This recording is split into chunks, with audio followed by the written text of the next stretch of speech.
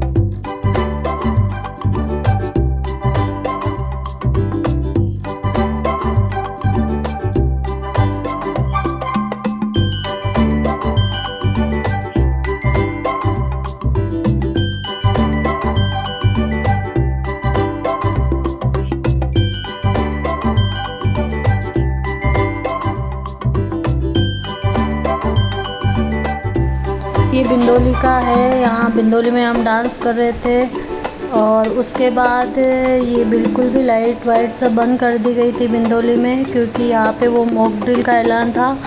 तो इस वजह से बिल्कुल अंधेरा हो गया था, लाइट्स बंद हो गई थी और सब बैठ गए थे। और ये लुक है हमारा लेडीज़ संगीत का। महिला संगीत के लिए हमने ये लहंगा वेयर किया था। और ये मेरा लहंगा महिला संगीत के लिए।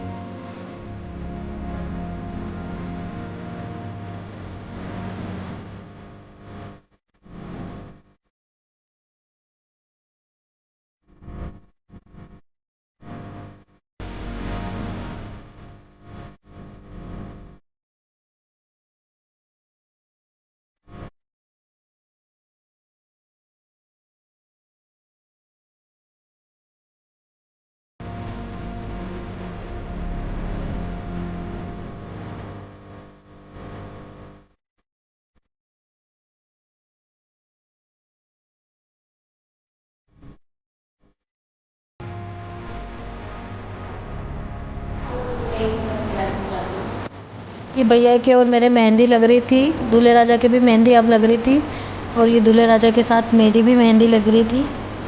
तो हमारे सेकंड डे मेहंदी लगी थी, बाकी सब ने लगवा दी थी, हम ही बचे थे।